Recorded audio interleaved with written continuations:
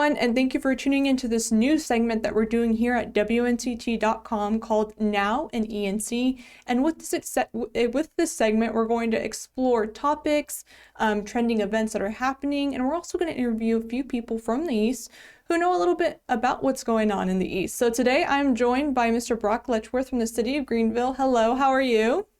Hey, I'm doing well. Hope you Good. are. Yes, well, it's Tuesday, so I still have a full week of work ahead of me, but I am super excited about some of the topics that we're going to be talking about today. So can you please tell our guests who you are and what you do? Sure. Well, as you said, I'm Brock Letchworth. I'm the communications manager and public information officer for the city of Greenville. So I oversee the internal and external communications for city government. That could be anything from the internal communications such as employee newsletters or mass emails and things like that to make sure that we're all on the same page, to the external stuff, which community newsletters, our PEG cable channel that we manage, our city website, social media platforms, any news, printed publications of various types, any type of communication that you get from the city typically falls under the umbrella of the Public Information Office. Mm-hmm. And are you from Greenville? I actually am from Greenville. Oh, Yes. really? Yeah, what part of Greenville are you from? I'm not familiar with the neighborhoods, but are there like different neighborhoods or how does that work? I didn't necessarily grow up in a neighborhood. I was a little bit outside of the city, but I went to D.H. Conley High School and went to East Carolina University. I graduated with a degree in journalism. Oh, Spent wow. about 8 years working for the Daily Reflector, the local daily newspaper here, and then transitioned into education and eventually into PR, and that's where I am now. And how has Greenville or Pitt County changed over the years since you've been growing up? Oh, wow. Well, the area that I'm talking about that was kind of outside of the city is now gradually being encompassed by the city. Just the growth in terms of the number of people who are now in this area. In fact, we just got word that anyone who's out looking for a home right now understands what the market's like, and people that certainly have a desire to want to relocate here. We just heard last week that the Wall Street Journal and Realtor.com ranked Greenville 28th in the country as far in its housing market index, which is based on the return on investment you get from investing in housing in an area and the quality of life in that area. So that's a tremendous honor for the city. You know, the city's also changed from the time when I was growing up here in terms of things to do. There's so much more now as far as events and programs and parks, those types of things that you can go out and do here in Greenville. So I've seen a tremendous amount of changes during my years in this area. I think one of my favorite things about Greenville that other cities don't really have are these trails. Like I know the Greenway Trail. I'm on that every single day, especially with the pandemic because of how things kind of have been shut down. But there's also that Wildwood Adventure Park. Is that something that's technically, is that open yet?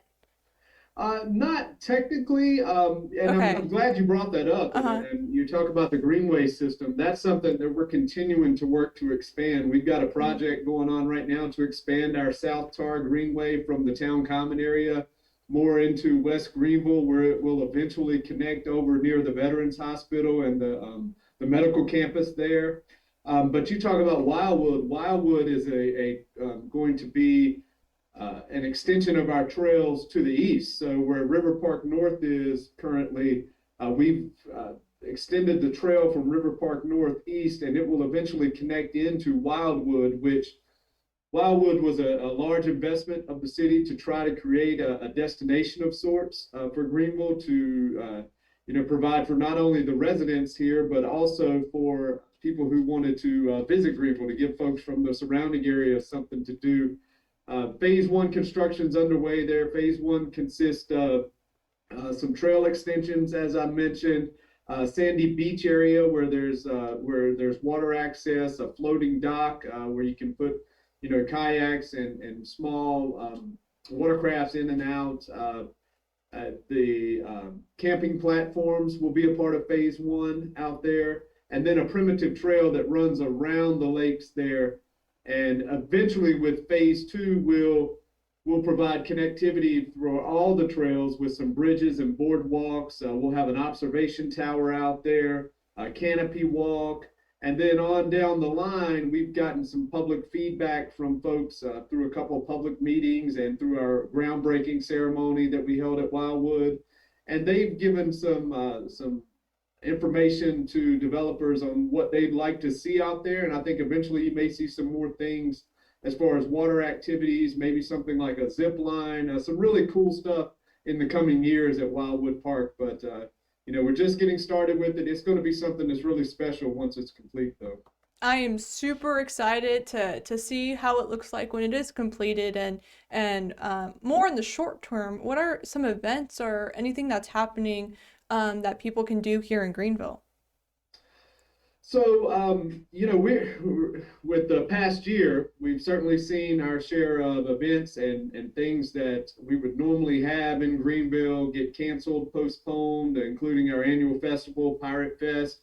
We're kind of gradually working our way back toward bringing those things back. However, we've got some partners, some folks that we partner with for various events, and then we've got some stuff that's just put on by the city. From a city standpoint, we brought back our movies in the park. That's something that we did during the worst times of the pandemic, really, where folks can come and participate in that we were doing drive-ins at the time. Now we're going to get people back out into the parks like the town common, where they can bring a blanket, some snacks, and sit and enjoy a movie at dusk. We're doing that once a month. The next one's coming up on May 21st. That's going to be at the town common. We've got our Greenville Grooves Music Festival is going to return this year in June. That's going to be on June 18th. It includes a performance by Carol DeShiel from the ECU School of Music, a well-known musical artist here in the area and nationally, really. And it's also going to be sort of a Juneteenth celebration. That's going to be at the town common as well on the 18th. We typically have done Sunday in the Park, a concert series at Town Common. We're not quite getting that started back up just yet. We're going to ease into that with some a series that we're calling Unplugged in the Parks, and we're going to, during the month of June, on Sunday afternoons, have unplugged acoustic performances at 4 of our parks. So starting June 6th, then doing the 13th, the 20th, and the 27th, we're going to have 4 different performers at 4 different parks throughout the city.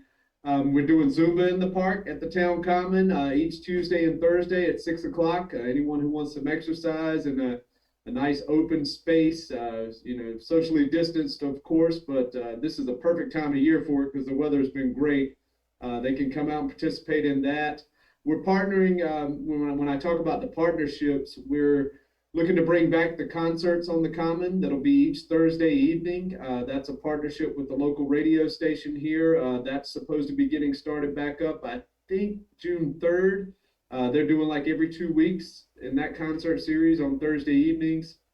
The Umbrella Market is returning tomorrow, actually, here in the Uptown area. That's our farmers and artisan market that's put on by Uptown Greenville, and we help them out with that. We've also got our First Friday Art Walk coming back starting this Friday, May 7th, and that's a monthly deal throughout the Uptown area where some of our galleries throw open their doors and invite in the public to see some of the newest exhibits, and the folks, as they're making their rounds, can visit some of our Uptown restaurants and merchants along the way. Just a couple weeks ago, we held a Bites on the Bridge event down at the pedestrian bridge at the town common, where we brought out some food trucks, and Uptown put a beer garden on for us, and we had a very good turnout for that. In fact, I wish we'd have had more food trucks there to accommodate everyone, but we learned from that. The demand is certainly there, so we can make improvements the next time we host that. Once Wildwood phase 1 is complete, we're talking about doing some kind of concert or some kind of event out there on the water. And then we've got just multiple programs and activities that we offer through our Recreation and Parks Department.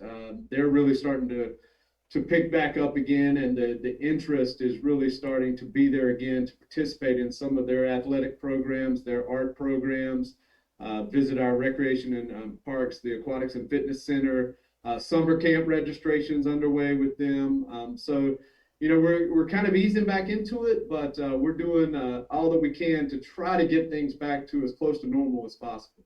Right. And I know that that hunger to do stuff, the activities, the summer camps and all that stuff, it's there because we're even Absolutely. getting requests here like, hey, what's going on in this city or this city? And it's people are just ready to kind of live life, you know, once things kind of open back up a little bit. So I'm super excited to hear about all these events. And where can people find these events?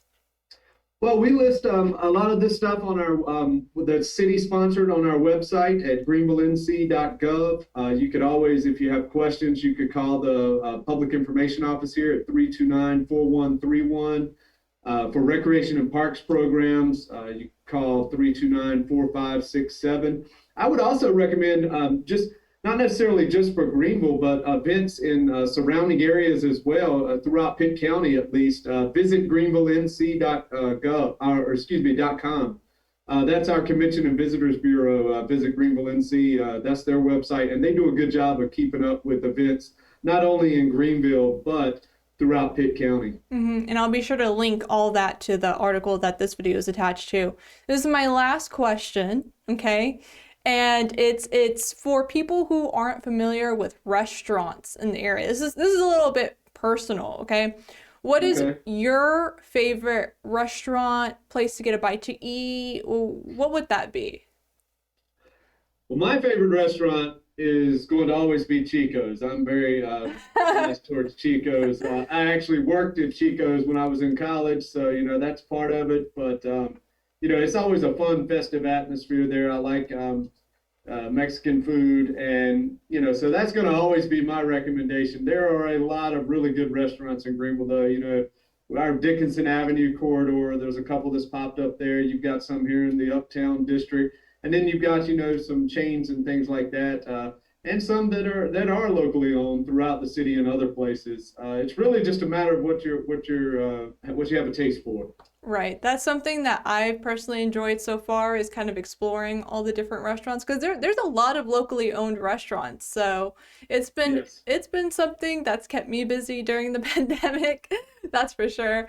And you know, Mhm. I've been very happy to see that it seems like a lot of these have held on throughout the pandemic, and you Mhm. know, they were able to find a way to get creative and you know continue sales and keep Mhm. that business going despite some very challenging conditions. And we've been able to hold on to more of those locally owned restaurants than I think when everything first hit. We were very concerned about that, but it seems like the folks have done a good job. The business owners have. Exactly. Yeah. What's that saying? Believe in Greenville, support That- local, eat local. So, yeah. That's right. Well, thank you so much for joining me on this segment of Now in ENC. I'll make sure that people can find where to find those events. I'll attach the link to this article, and I hope everyone has a wonderful Tuesday. All right.